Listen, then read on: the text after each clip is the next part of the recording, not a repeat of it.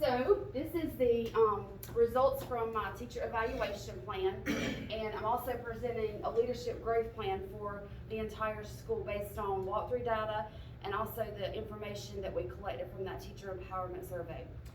So we've already looked at the results once before, but just to remind us, these were the results from the teacher empowerment leadership survey, and as a whole school, overall, we are in probably better shape than most schools, because most of the questions asked that surrounded teacher leadership within the classroom and outside of the classroom, most of our teachers, you can see, are all in green, and they strongly agree that they're empowered as teachers in this building. What I would like to see is us shift some of these few that just agree to strongly agree. Maybe there's some areas that they feel that they might could take some more ownership in or some more leadership in. So I would like to see us shift some of that, and I've got a couple of suggestions based on some other things that I've collected. So this is the information that we've collected. The one where it was more almost 50-50 was teachers are relied upon to make decisions about educational issues. So I would like to see shift more toward the strongly agree. They just want a little bit more voice. So and then I think there was a misunderstanding of what devising teaching techniques meant, because some said that they completely disagreed, but I think that they just didn't understand what that meant. So that was the beginning, and these are the perceptions that teachers feel in the building, that they feel they have as where their roles are within the building. So of course we talked about before that they felt that the teachers feel that there's a small percentage, like 19% said they felt that they had no role in developing discipline procedures, which some of that we don't have a role. Nobody has a role in developing. Right. It's developed at a district level, but maybe we can shift that mindset a little bit too, and maybe give them a voice in that too, to feel like they have a role in that, and I have a suggestion for that as well. Okay. And again, here's that same question as a role, not just having a decision or a leadership role, but here that same question about devising teacher techniques is again, and I don't think that there was a full understanding of what it was again. So, and then this, of course, we talked about how there was like a small percentage that didn't realize our school improvement council was elected, even though it's a light election, as I call it, but it is elected. It is elected. So basically what I've been doing over the last several weeks is studying about things that empower and teachers and create teacher leaders. So it's one thing to be a teacher in a classroom and teach content and be a leader within your classroom, but it's a whole other thing when you step outside of the classroom and you take on that role. So what I've been doing is researching that and looking at different areas that can enhance that within the building. So one of the biggest things that we've talked about is building efficacy within your own self, in your own mindset. Believing that you can do the work, believing you can make a difference in your students. I think that is one of the biggest areas where you become a leader, because when you believe in what you do, then you can do it better. Right. And the kids feed off of that. If I believe in what I do, the kids are going to believe in what they do, and so that makes you a teacher leader here. But then when you step outside the room, that role continues on with the students, which is where coaches grow and things like that. So, while some coaches coach sports, I can coach life. There's a coach for everything. Absolutely. So we can, if you believe in that, then the efficacy, it just keeps growing. And right now more than ever, I think this area is the area that really needs to be pushed, because a lot of teachers right now, they're having a hard time believing in anything. Mm-hmm. But efficacy right now, boosting the morale of the teachers, because there's so much going on. So we talked about that. Creating results-oriented professional development. Don't put me in professional development that is just going to be useless. If it's not related to my content area or related to something that I can do, then why would I do it? So being purposeful in that. Recruitment, placement, and mentoring of school staff. We have a really good relationship with mentoring, being that we have interns constantly in the building. We have new teachers sometimes. I know the district office sometimes reaches out to us even to do some professional development for first year teachers outside of the building. Mm-hmm. So I think that we do a good job there. One thing that I saw in the survey was that the teachers didn't feel that they had as strong of a voice in recruitment, but we don't really have a high number of recruitment to occur. So I think that's probably why. Approaches for evaluation in school staff. This, I think, is something that we do well here because we don't feel like we are always in a gotcha moment. It's more of a growth moment. Yeah. Looking for areas of refinement, not necessarily, you're doing this wrong, let me tell you how to do it right. It's more just find one area and focus on that, whether it's engaging or whether it's putting your standards on the board. Something simple, because we've already got a good team of teachers that know how to teach. And I think that makes a big difference in how you evaluate.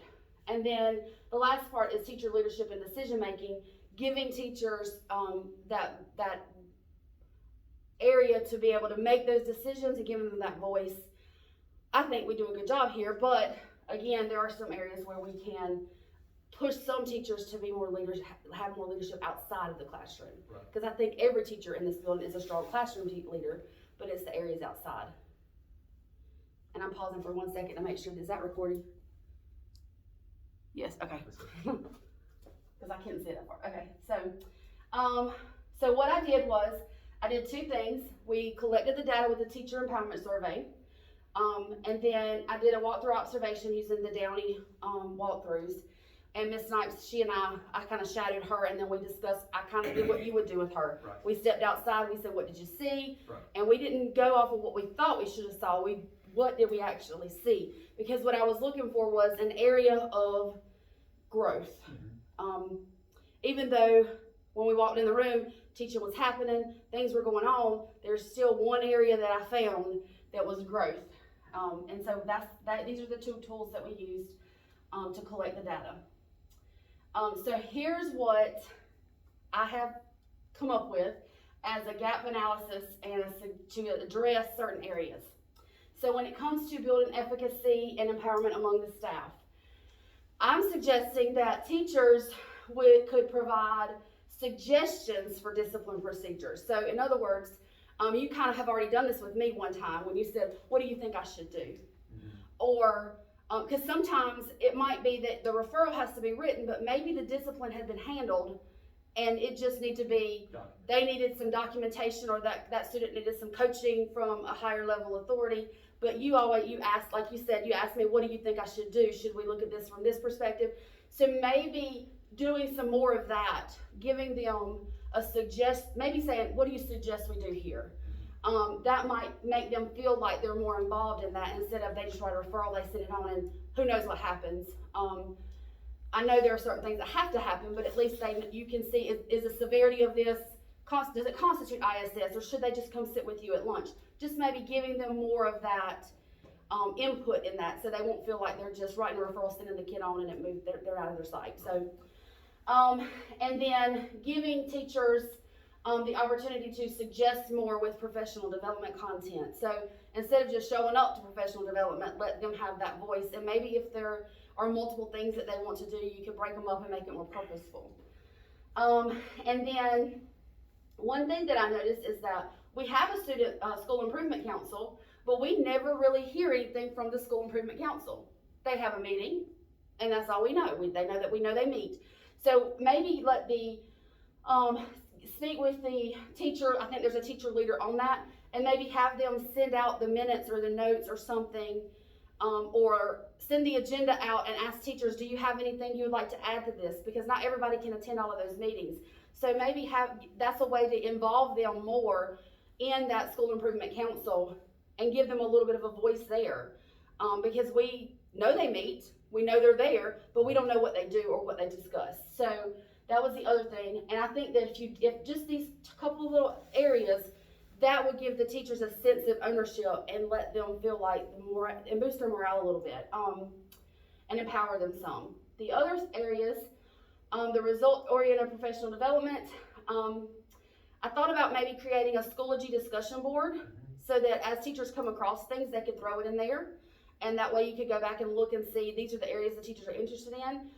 And if they didn't want to put it there, we could create like an anonymous form, and we could let them enter it there, and then you could go pull information from there. Because sometimes they might see something, they might not really want to suggest it openly, because it might be something that they might find sensitive, who knows. But those are just a couple of areas to give the teachers more empowerment in that area and making those decisions.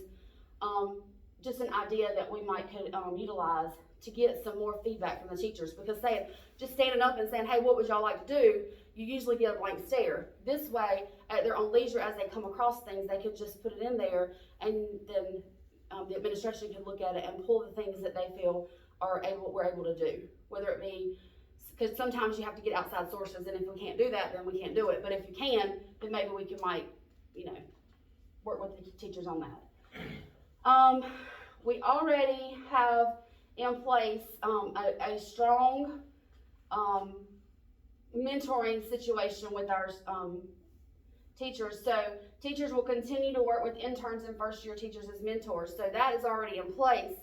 But maybe even with this whole situation that we're living in, maybe even some of your teachers, like I know Miss Outlaw, she and I have talked a lot because she's fairly new. She's not a brand new teacher, but she's fairly new, and this whole pandemic has thrown her in an uproar about like technology and things like that. So I've kind of tried to work with her and teach her some things and help her along. I won't say teach her things because she teaches English, but help her realize that this is not as bad as it looks. You can handle the tools that you have, and just kind of guide her along. Maybe create some more of those kinds of relationships. I know Miss Freeman and her knowledge of Microsoft, that's kind of what she is. She's like our mentor when it comes to the computers. Miss Owen is the same way. So just continue to develop teachers in that way, because you can mentor even seasoned teachers. That's right. So I feel like we maybe could look at that a little bit. Administrators will perform walkthrough observations to identify areas of growth. So we already do this, but we can continue, but maybe be more specific or purposeful. So when we walk in, we're looking for a certain area. When I was doing my observations, there's one area I noticed that I felt like maybe we should have some professional development, and that was engaging students. Because when I walked in one class, the kids were just sitting, and it was a math class. They weren't taking notes, they were just sitting. So they weren't engaged in anything, they were just sitting. And I almost had a heart attack, because when you walk in my classroom, they're writing. They're moving, because you can't just glean information if you don't write it. And so maybe do some professional development, especially with the small classes. It's easy to engage a big group, but it's really hard to engage a small group. Right. Maybe look at some professional development for that, because that was the one consistent area I found all the way across in all of my observations, was the lack of engagement. And I think it's more because of the small group than anything, because it is harder. And then encourage teachers to express their interest in leadership activities outside of the classroom. There's all kinds of things that we can do. I know we already do some of this, but encourage them more. Find things where you can say, Coach P sends out his email and says, hey, I need somebody to help me. Let them step up to the plate. Even though we're all busy and we have a lot to do, we still do like to be empowered a little bit. So maybe keep encouraging them there. So that is my suggestions for the gaps analysis and what I found. And I hope that we can utilize some of it, so that it was, because I found it beneficial for me, and it was good to see it from a different lens than just sitting inside of a classroom. Right. So do you have any questions? So with the observation tool that we used, yes. What did you feel that was good about it, and what did you feel that it lacked? I felt that it was good that you were not having to sit and script every single thing you saw. It was really walk in the room, because you're only there for a small amount of time. That's right. And you take a snapshot of what you see. The bad part of that is, if you go at the beginning of a class, you get a different view than if you go in the middle of a class, or if you go at the end of a class. And so it's like, I feel like you would have to be purposeful in staggering that walkthrough. So if I walked into a classroom at the beginning one time, I might want to be purposeful in going in the middle the next time, because right. You wouldn't want to see what are they really doing. Because walking in when they're first getting started is totally different than walking in when they're in the guts of their lesson. So I think that was my view on it. But I did appreciate that it wasn't a situation where I was having to script everything, because to me that's more of a critique. If I'm having to script everything the teacher's saying and look at everything the kids are doing, it's more of me critiquing that lesson. Right. Versus me seeing what's going on and then going back and saying, so in just a short amount of time, I automatically saw in 4 classes that the kids were disengaged. Right. And that was just automatic. That was the first thing I noticed, because they were all just sitting there with their arms crossed like this. And I thought, why are they just sitting there? Mm-hmm. Because I think that when they walk in the door, they should be getting their notes out from the day before. Right. They should be reviewing. They should have something on the board. So that's my opinion. Every teacher's different, but I feel like you have to engage them from the beginning, Right. or you lose them. You lose them from the beginning. So, just those kind of things are what I saw. Okay. I'll tell you, is based on this journey that you're taking now, are you seeing teaching from a different perspective Yes. now? Yes, I am. I'm taking myself more serious. Mm-hmm. Now I say that because my son told me I had to. He said, if you're gonna go down this road, Mama, you gotta take yourself more serious. Right. Not that I didn't and I wasn't professional. He said I had to walk a different way. I had to act a different way, Mm-hmm. because you have to present yourself in a different kind of, You do. inside the classroom and outside the classroom is 2 different places. And he That's said, he even told me that. So I have seen myself kind of evolving, and the kids have seen it too. They said, Miss Smith, you're different. So I can see it. Good. That's good. Yeah, I tell you. Not a bad thing though. No, and it's I call it an evolution that you go through as you're evolving as a person, as an educator, because of this different perspective. Yeah, it's a different lens. So it's like instead of having tunnel vision as a teacher, Mhm. it's a broad lens. So you have to look at the moving parts outside of it and what affects what happens in the classroom. Absolutely. Well, good deal. Good work. Go Lions. Go Lions.